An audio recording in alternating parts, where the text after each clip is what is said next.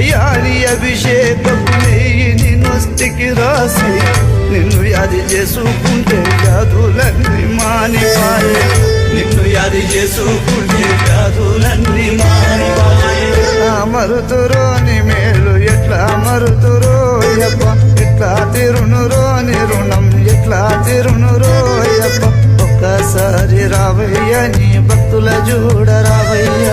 ఒక్కసారి రావయ్య నీ భక్తుల చూడ రావయ్య